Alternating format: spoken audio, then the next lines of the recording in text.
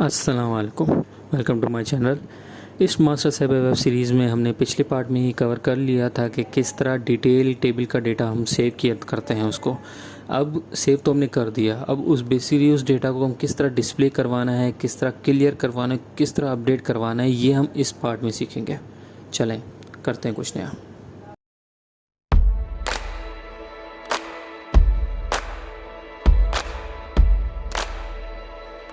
अच्छा, डिस्प्ले करवाने से पहले हमें ये देखना है कि हमें क्या डिस्प्ले करवाना है। बेसिकली डिटेल का डेटा हमें डिस्प्ले करवाना है आईडी को सिलेक्ट करने के बाद। तो हम ये देख लेते हैं कि किस तरह डिस्प्ले करते हैं। अच्छा, देखिए देखिए जिस तरह मास्टर का डेटा डिस्प्ले हो रहा है ना, बेसिकली अब मास्टर के साथ साथ अब डिस्प्ले होना चाहिए डिटेल का डेटा भी। तो इसी फंक्शन के अंदर हम डिस्प्ले कोड लिख लेंगे और यहाँ देख लेते हैं भाई कि डिटेल के अंदर कोई एंट्री हुई है नहीं हुई, तो उस लिहाज से देख लेते हैं। अच्छा, डिटेल के अंदर एक एंट्री हुई है, ठीक है ना। तो बेसिकली हम जब डिस्प्ले करेंगे तो इसको डिस्प्ले होना चाहिए इसी 4 को। चलें इसको कैंसिल करते हैं। अब यहाँ पे हम बेसिकली वो फैचिंग वाला काम करेंगे। ऊपर जो हो रहा है वो मास्टर का डेटा डिस्प्ले हो रहा है, मास्टर का डेटा डिस्प्ले हो रहा है। अब नीचे हम इसी के नीचे डिटेल का डेटा डिस्प्ले करवाएंगे। तो वो किस तरह होता है ये भी देख लेते हैं। यहाँ पे हम लिख लेते हैं phase fetch data on detail basis on ID, ठीक है ना। ये भी आईडी के बेस पे होगा, ठीक है ना। यहाँ पे हमारी डॉक आईडी है, डॉक आईडी के बेस पे हम करेंगे। अच्छा, तो इस पे हम क्वेरी लगा देते हैं select all into corresponding field of. ये भी इसलिए मैंने पिछले ट्यूटोरियल में बताया था कि किस तरह इंटरनल टेबल से डेटा उठाया जाता है। अच्छा, इसमें हम इंटरनल टेबल में डेटा डालेंगे और उठाएंगे कहाँ से, उससे अपना डिटेल के टेबल से। तो डिटेल ये इंटरनल टेबल ये हो गया और अपना डिटेल का टेबल ऊपर जेड राजा डिटेल के नाम से है। तो यहाँ लिख लेंगे फ्रॉम जेड राजा डिटेल। अच्छा, वैसे कंट्रोल शिफ्ट को दबाएंगे तो आपको सजेशन भी दे देगा, ये ऑटो सजेशन दे देता है, ठीक है। शॉर्ट कीज़ मैंने लिखी हुई है डिस्क्रिप्शन में, वहाँ से देख सकते हैं। तो इसके अंदर आप कंडीशन लगाएंगे कि भाई जहाँ पे डॉक आईडी, जो इस टेबल में जो डॉक आईडी है और जो मेरी मास्टर के ऊपर टेक्स्ट बॉक्स में डॉक आईडी सेट होती है, वो दोनों इक्वल है नहीं है, उसके जो इक्वल होंगी उसी के हिसाब से वो डेटा लेके आ जाएगा। अच्छा, तो यहाँ पे ये करते हैं, ठीक है। आईटीडी के अंदर सेट हो जाएगा, इंटरनल टेबल के अंदर सेट हो जाएगा, तो वहाँ दिखाना चाहिए इसको। ये देखिएगा, हम इसको एग्जीक्यूट करते हैं। एग्जीक्यूट। अब देखिए यहाँ मैं 4 लिखूँगा और मैं डिस्प्ले क्लिक करूँगा तो मास्टर का डेटा दिखाएगा डाट में। देखेंगे डिस्प्ले इसका भी कर दिया, डिटेल का भी डेटा डिस्प्ले करा। अब यहाँ पे 1 रो हो या 10 रो हो कोई फ़र्क नहीं पड़ता, वो सारी दिखा देगा, क्योंकि हमारी डॉक आईडी यहाँ की डॉक आईडी, मास्टर की डॉक आईडी वहाँ पे हमारी फॉरेन की बनी हुई है, ठीक है। अच्छा, हम इसको अपडेट भी करके देख लेते हैं कि अपडेट होता है नहीं होता। यहाँ लिख लेते हैं मैथ और लिख लेते हैं 3, ठीक है। अब सेव को दबाएंगे तो यहाँ पे कोड बनना चाहिए सही और ऊपर वाली एंट्रीज भी अपडेट होनी चाहिए, ठीक है। ये देख लेते हैं। अच्छा, ये ब्रेक पॉइंट बहुत लगाए हुए थे मैंने,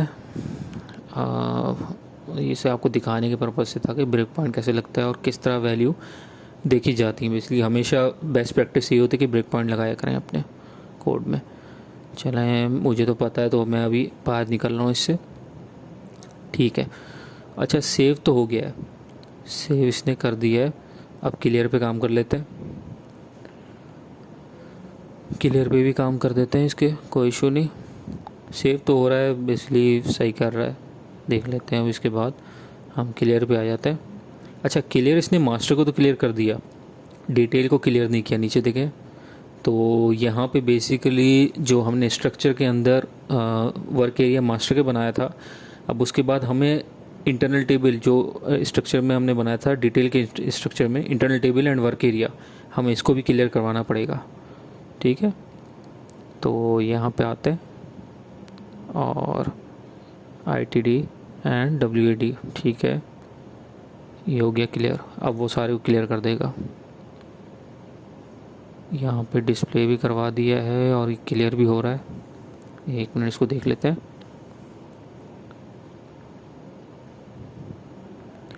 ये देखिए आ गया। अब मैं क्लियर को दबाऊंगा तो ये वो सब क्लियर हो जाएगा।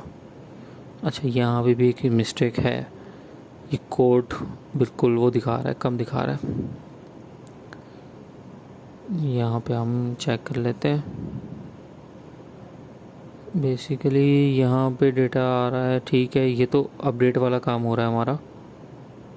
अच्छा, कोई करंट यूज़र, अच्छा दोबारा कर लेते हैं। यहाँ देख रहे हैं आप, बेसिकली जो सब्जेक्ट कोड है उसकी लेंथ ज़्यादा होनी चाहिए।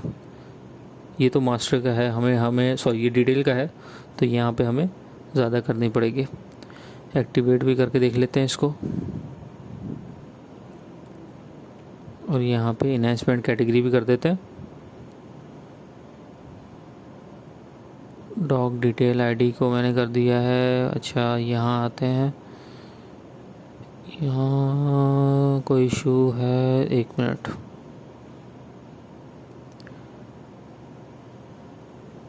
अब चेक करके देखते हैं। डिस्प्ले किया है। अच्छा, बेसिकली अपडेट सही नहीं कर रहा है, अपडेट सही नहीं हो रहा है। मैं दोबारा चेक कर लेता हूँ कि क्यों नहीं हो रहा है। वो क्या कर रहा है, वो उसी वैल्यू को बेसिकली अपडेट कर रहा था। यहाँ जाते हैं, ITD हो गया, डॉग डिटेल आईडी। अच्छा, डॉग डिटेल आईडी पहले मैंने उसको क्लिक नहीं किया होता, वो चेक नहीं दबाए होते, तो मैंने अभी जाके चेक कर दिया था, तो अभी आ रहा है सही। ठीक है, ठीक है, अभी सही आ रहा है। यहाँ पे आने के बाद आते हैं, बेसिकली जब आप फॉरेन की बनाते हैं आपको उसको भी चेक करना पड़ता है। वो चेक बॉक्स जो चेक टेबल के अंदर कर रहे होते हैं उसको चेक करना पड़ता है। ठीक है, हो रहा है, बिल्कुल हो रहा है। अच्छा, इसने सेव तो कर दिया है, अपडेट सही नहीं कर रहा है। ये देखें, अपडेट सही नहीं कर रहा है, बेसिकली कोड हमारे पास गलत आ रहा है। ठीक है, ये ऐसे नहीं होना चाहिए, ये मैथ होना चाहिए, उसके साथ उसकी डॉक आईडी होनी चाहिए, फिर इंग्लिश होना चाहिए, फिर उसका डॉक आईडी होनी चाहिए। कि अपडेट सही नहीं कर रहा है, अपडेट को हम देख लेते हैं, कोई इशू नहीं। यहाँ पे होना चाहिए, ये सेव करके देख लेते हैं।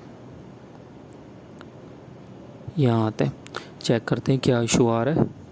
डॉग डिटेल आईडी सही आ रही है, ठीक है।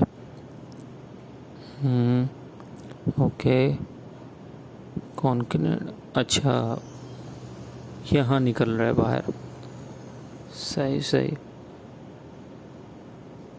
ठीक है, इशू समझ आ गया। ये बिल्कुल वही इशू है जो मास्टर में हमारे साथ आया था। हमने इफ़ की कंडीशन लगाई थी, हमने उसके अंदर वो आगे एल्स नहीं लगाया था, तो एल्स पे बेसिकली वही काम होगा जो इफ़ के अंदर हो रहा है, सेव वाला काम। मैं आपको दिखाता हूँ किस तरह। एल्स खोलते हैं और इसके अंदर भी कॉन्कनेंट होगा, ठीक है ना। कॉन्कनेंट डेटा असल में इफ़ के कंडीशन के अंदर लगा तो कॉन्कनेंट सही कर ही नहीं रहा कोड को, तो वो जो पहला है उसी को लेके आ रहा है दोनों दफ़ा। एल्स में भी हम इसको डाल देते हैं। ये बेसिकली आपके अपडेट वाले सिनेरियो में हमने ये एल्स काम आता है, ये हमने मास्टर में भी लगाया था। ठीक है, अब देखते हैं सही आ रहा है नहीं आ रहा। एग्जीक्यूट करते हैं, यहाँ 4 क्लिक करते हैं, अभी तो नहीं आएगा, इसको करना पड़ेगा अपडेट। बल्कि ये तो खुद ही हो जाएगा ना, अगर मैं सेव करूँगा तो खुद ही हो जाएगा सही सही। कोड तो वहाँ से हम जनरेट करवाते हैं। ठीक है, अब सेव कर रहे हैं, अब ये सही होना चाहिए। यहाँ डीबग लगा देते हैं, ये देखें सही आ गया। मैथ और इंग्लिश 4 सही आ गया, बिल्कुल सही आ गया हमारे पास।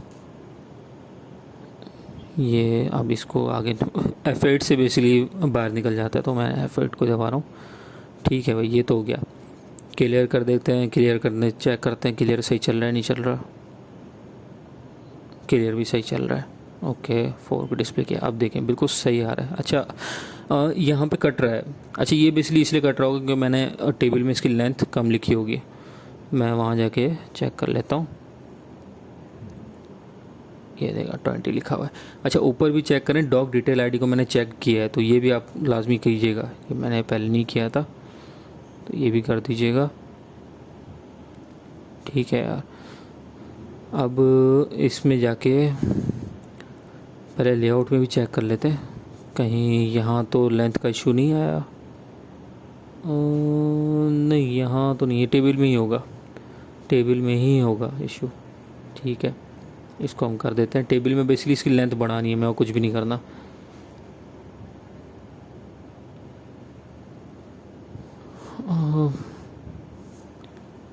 पहले मैं सोच रहा था यहीं होगा, लेकिन यहाँ नहीं है इशू, क्योंकि यहाँ करेक्टर की हम लेंथ नहीं बता सकते।